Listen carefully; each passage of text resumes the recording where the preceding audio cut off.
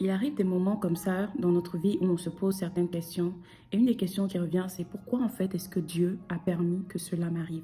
Pourquoi est-ce que Dieu a permis que cet événement-là en fait vienne dans ma vie? Ce n'est pas ma faute, je n'ai pas contribué à cet événement. Pourquoi moi? Pourquoi moi? Lorsque je regarde dans la vie de mes amis, personne d'entre eux n'est en train de subir cette chose-là en fait qui m'est arrivée à moi. Et nous allons prendre Romains 8, le verset 28. Il est écrit, nous savons du reste que toute chose concourt au bien de ceux qui aiment Dieu, de ceux qui sont appelés selon son dessein. Donc, si Paul pouvait dire ça, que toute chose, donc ça veut dire que dans ces toutes choses, il n'a pas parlé seulement des choses de bien. Et je pense que ces toutes choses-là, ça veut dire beaucoup en fait. Pourquoi? Parce que lorsque vous regardez même la vie de Paul, vous allez voir que Paul n'a pas vécu que des moments roses. Paul a vécu plusieurs moments où il a failli être tué. Et Jésus, même lorsque vous regardez sa vie, vous allez voir que la vie de Jésus n'a jamais été rose en fait. Presque toute sa vie en fait, il était en fait le sujet, les gens voulaient le tuer en fait. Et c'est seulement le Père qui l'a gardé. Et au moment de Dieu, il est mort parce que c'était le moment pour qu'il puisse mourir. Mais encore ça, Dieu a utilisé ça en fait pour le changer en sa faveur et en notre faveur, en la faveur de l'humanité. Parfois, Dieu va permettre des choses qui arrivent dans ta vie, mais ce n'est pas parce que il ne pense pas à toi, il t'a abandonné. Ce n'est pas parce que tu es moins que les autres, mais c'est parce que c'est quelque chose qu'il veut utiliser pour ta vie. C'est parce que c'est quelque chose qu'il veut utiliser puissamment dans ta vie. Vous allez voir que souvent les personnes qui bénissent le plus les autres, ce sont des personnes qui sont passées par certains moments pareils, des moments similaires des personnes qu'elles bénissent en fait.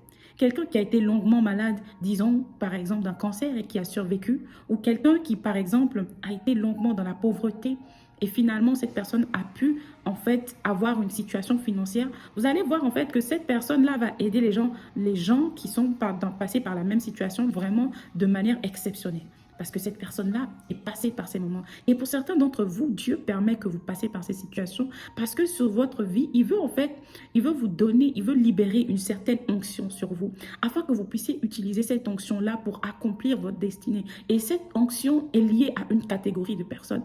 Alors le Seigneur permet que vous goûtez un peu à certaines épreuves, à certaines choses, pour que le jour où que vous seriez devant ces personnes-là, que réellement le conseil que vous allez donner à ces personnes ne soit pas en fait que théorique, que vous puissiez avoir compassion de ces personnes-là.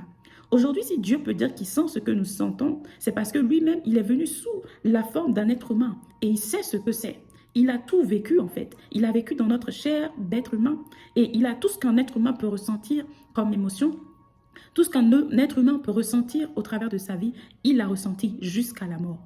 Et c'est la raison pour laquelle tu ne dois pas te décourager. Arrête en fait de te comparer aux gens. Arrête en fait de regarder. Mais celle-là, on a commencé ensemble. Comment se fait-il en fait qu'elle est plus avancée que moi? Comment se fait-il que nous sommes allés dans la même école, mais aujourd'hui, elle a un bon boulot. Moi, je n'ai même pas de boulot. Comment se fait-il que nous sommes allés, nous avons fréquenté, nous avons fait la même formation, mais aujourd'hui, elle a plus d'avantages que moi. Ce n'est pas juste. Vous n'avez pas la même destinée. Et souvent, le Seigneur va te faire passer par une voie qui est particulière à toi parce que ça fait partie de son plan. Et à toi qui es en train de te demander, mais pourquoi en fait? Pourquoi depuis là, cette chose-là n'arrive pas? Tu pries, tu fais tout le nécessaire. Tu es en règle avec le Seigneur, mais rien ne change. Le Seigneur te dit que tout cela va concourir à ton bien. Ce qui semble être aujourd'hui retard, le Seigneur est en train de l'utiliser en ta faveur. Le Seigneur va l'utiliser. Peut-être aujourd'hui, tu ne vois pas encore les fruits. Mais laissez-moi vous dire qu'il y a certaines choses. Lorsque tu finis par les avoir, tu remercies Dieu de ne pas les avoir eues très tôt. Parce que tu finis par comprendre que Dieu était en train de te préparer. Parce que tu finis par comprendre que ces choses-là, si tu les avais eues au moment où tu les voulais tant, ce sont des choses que tu aurais détruites par ta propre main. Donc ce que le Seigneur est en train de permettre dans ta vie, le Seigneur va l'utiliser pour ton bien. Et parfois, tu dois juste questionner le Seigneur pour qu'il te rassure sur certains sujets. Parce qu'il y a certaines situations, en fait, que c'est vraiment la volonté de Dieu, en fait, que tu passes par cette épreuve pendant un bon moment. Mais si tu n'as pas l'information de la part du Saint-Esprit, ça te sera compliqué de savoir. Parce que tu vas te dire, ah, peut-être le Seigneur m'a abandonné, mais tu as besoin de cette confirmation, en fait, que, ah, là, je suis dans un désert. Mais je sais que je suis dans un désert parce que Dieu m'a dit que je suis en train de passer par le désert et que bientôt, en fait, il va me faire sortir de ce désert pour me placer dans ma terre promise. Et beaucoup de personnes se sont découragées aussi parce que justement, elles n'ont pas demandé, elles n'ont pas consulté le Saint-Esprit pour savoir, Saint-Esprit, je suis dans quelle situation? Et au moment où je vous parle, j'ai vraiment à cœur, il y a certains d'entre vous, vous devez aller chercher la face de Dieu pour lui demander, Seigneur, par quelle situation je suis en train de passer? Et l'instruction qu'il va vous donner, en fait, va vous donner encore plus de force pour justement pouvoir surmonter la situation que vous êtes en train de traverser.